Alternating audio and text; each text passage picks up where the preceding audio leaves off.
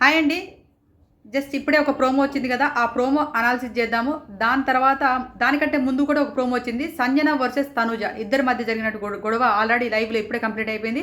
Next హౌస్‌లోకి audience రాబోతున్నారు. Third promo ఉంది కదా! ఆ థర్డ్ ప్రోమో ఆడియన్స్ ఇప్పుడు లైవ్‌లో కూడా రాబోతున్నారు. ఇంకొక 10 నిమిషాల్లో రావచ్చు. అందుకే ఈ వీడియో కంప్లీట్ చేద్దామని చెప్పేసి అనుకుంటున్నాను.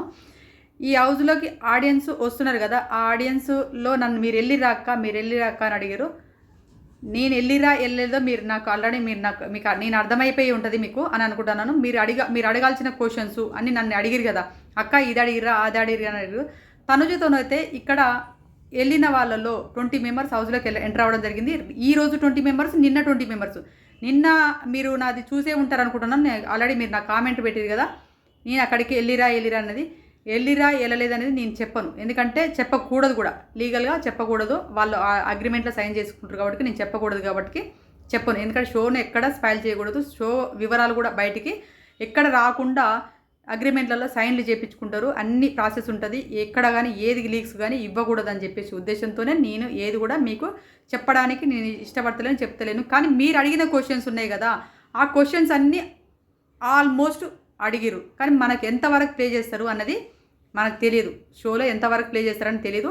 ఎందుకంటే వాళ్ళు ఉండేది 40 మినిట్స్‌లలో ఇప్పుడు ఇవాళ ఆడిన ఆటలు ఇవ్వాలి. ఇవాళ వాళ్ళు మాట్లాడుకున్నది ఇవ్వాలి. వాళ్ళు గొడవ పడింది ఇవ్వాలి.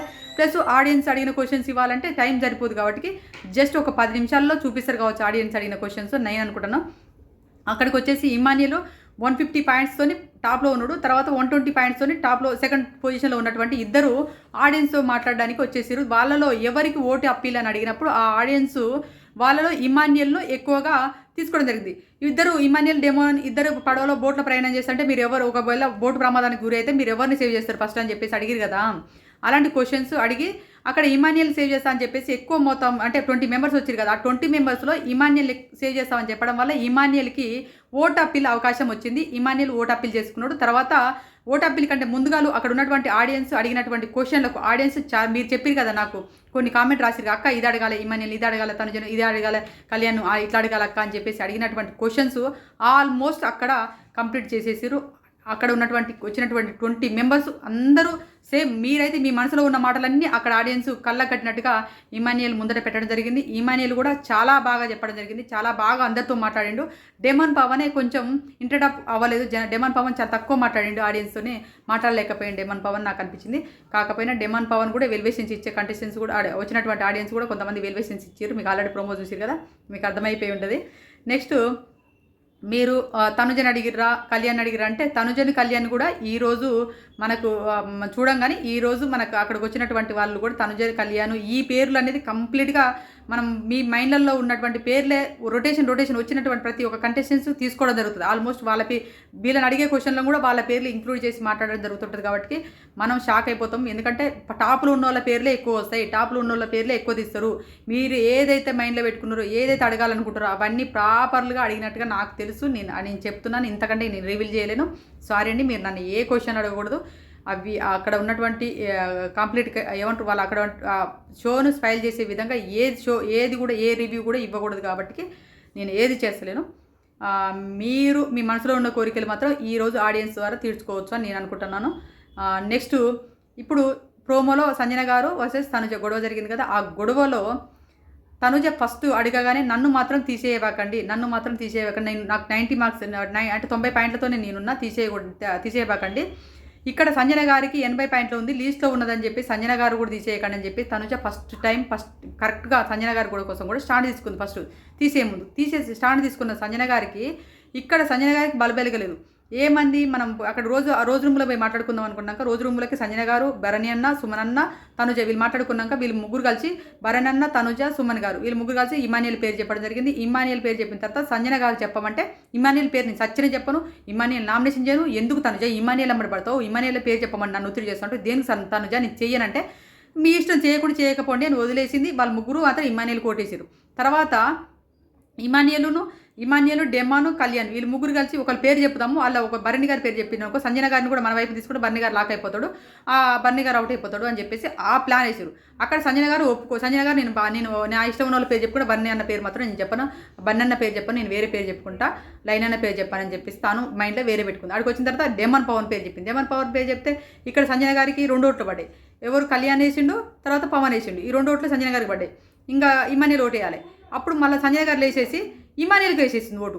ఎక్కడ సంజన గారికి మళ్ళీ ఇమాన్యుల్ వేస్తే ఓటు సంజన గారు వెళ్ళిపోతుంది భయపడి. 4 ఇప్పుడు డెమాన్ కూడా ఇప్పుడు ఏమంటారు ఇమాన్యుల్ కూడా ఇటేసింది అనుకో ఈక్వెల్ అయితే మళ్ళీ లేనిపోని పెంట అవుతుంది. ఆల్రెడీ మళ్ళీ డెసిషన్ వేరే వాళ్ళ చేతిలోకి వెళ్ళిపోతుంది. అప్పుడు నేను డెసిషన్ మేకింగ్లో నేను ఇరకపోతా అని చెప్పి సంజన గారు ప్లేట్ ఫిరాయించేసి ఎమ్మటే డెమాన్ పవన్ కాదు ఇప్పుడు నేను కళ్యాణ్ ఓటిస్తానని చెప్పేసి కళ్యాణ్ పేరు అదే సారీ ఇమాన్యుల్ ఓటిస్తానని చెప్పేసి ఇమాన్యుల్ పేరు చెప్తే తనుజ కోపం వచ్చింది. ఇంతసేపు ఇంత బదిలాడని చెప్పలేదు, సడన్లీ ఎందుకు ప్లేట్ ఫిరాయించి ఇప్పుడు మీరు అవుట్ అవుతారని చెప్పేసిరా, అందుకే చేసిరా అని చెప్పేసి ఇప్పుడు ఏం చేసింది తను ఈ డెమాన్కు 1 ఓటు ఉంది, ఇప్పుడు ఇమాన్యుల్కు 4 ఓట్లు అవుతాను. ఎందుకంటే సంజన గారిది, మన సుమన్ అన్నది, తర్వాత భరణి గారిది, తనుజది 4 ఓట్లు అవుతాయి.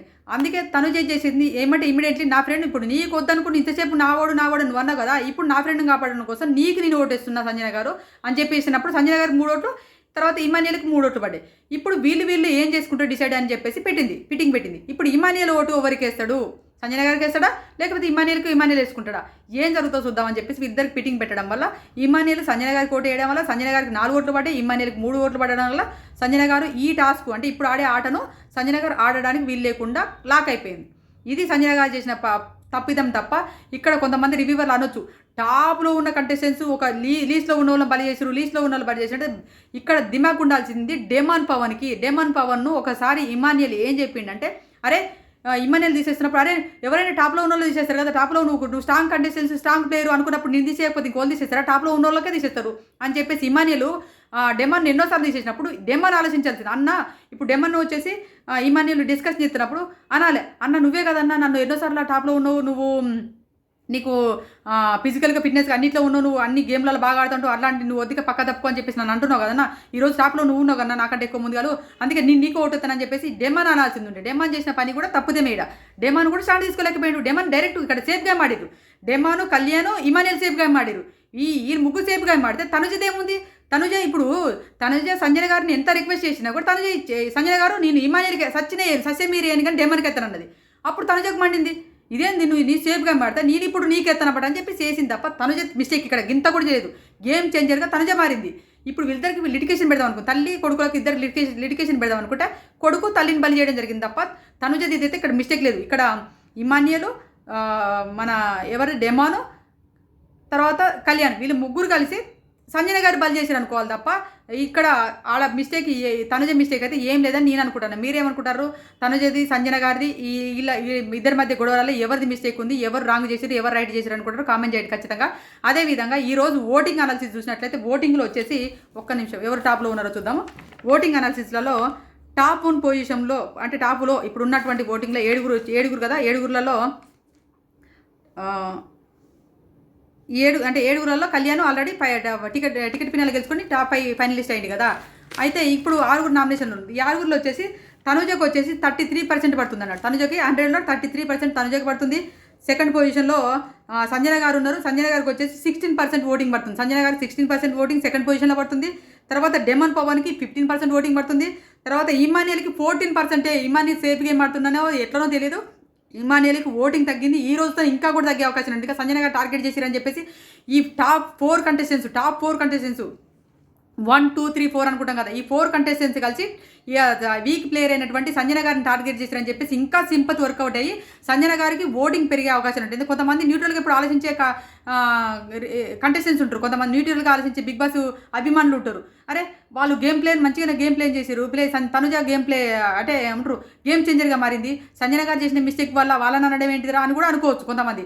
లేదు అయ్యో వీళ్ళు 4 కలిసి సంజన గారు దొక్కేసారు అని కూడా అనుకోవచ్చు. ఇలా 2 విధాలుగా అనుకునేటోళ్ళు ఉంటారు. ఇక్కడ ఊళ్ళలో ఇప్పుడు టీవీలలో చూసిన వాళ్ళకి ఏమనిపిస్తుంది, అయ్యో వీళ్ళు 3 కలిసి పాపం అమ్మాయిని ఆడనే కూడా చేసిరేమరా సంజన గారిని అని అనుకునే వాళ్ళు ఉంటారు ఊళ్ళల్లో. వాళ్ళు తెలియదు కదా, ఇలా అనాలిసిస్ చేసేసి ఇలా అనుకునే వాళ్ళే తక్కువ. నాకు తెలిసైతే సంజన గారు తీసుకున్న గోతిలో సంజన గారే పడిందని నేను అనుకుంటున్నాను. ఇక్కడ వాళ్ళది కూడా మిస్టేక్ అని చెప్పాను. ఎందుకంటే సంజన గారు స్ట్రాంగ్గా తీసుకున్న రావాలి నిర్ణయం.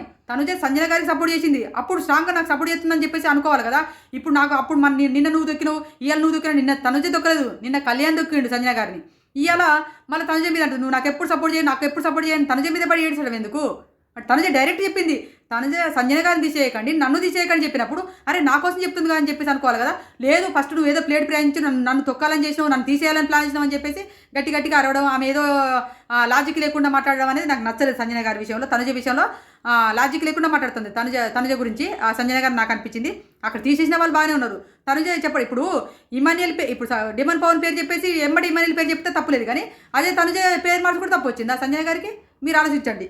నాకైతే తనుజ తప్పు అయితే లేదనిపించింది. మీరు ఏమనుకుంటారో కామెంట్ చేయండి.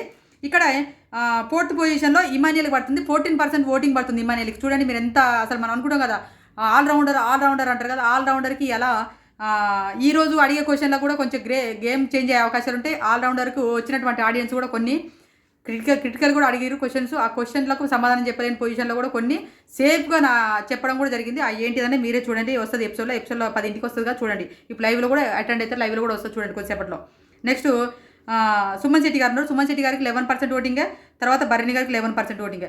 ఒకవేళ ఇట్లనే ఇమాన్యుయల్కి ఒకవేళ మళ్ళీ ఏం సింపతి అయితే వర్కౌట్ అవ్వదు అనుకుంటున్నా, కానీ ఏం జరుగుతుందో తెలియదు. కానీ ఇమాన్యుయల్ మాత్రం దీన్ని బట్టి చూస్తే ఇమాన్యుయల్ కూడా డేంజర్ జోన్లోకి వచ్చిండు. 14% ఓటింగ్ అంటే ఆలోచించండి. ఇమాన్యుయల్కి 14% ఓటింగ్ పడుతుంది. తనుజకి 33 పడితే తనుజ ఫస్ట్ పొజిషన్లో ఉంటే, సంజన గారు 2nd పొజిషన్లో ఉంటే, డేమాన్ 3rd పొజిషన్లో ఉంటే, ఇమాన్యుయల్ 4th పొజిషన్కి వచ్చిండు.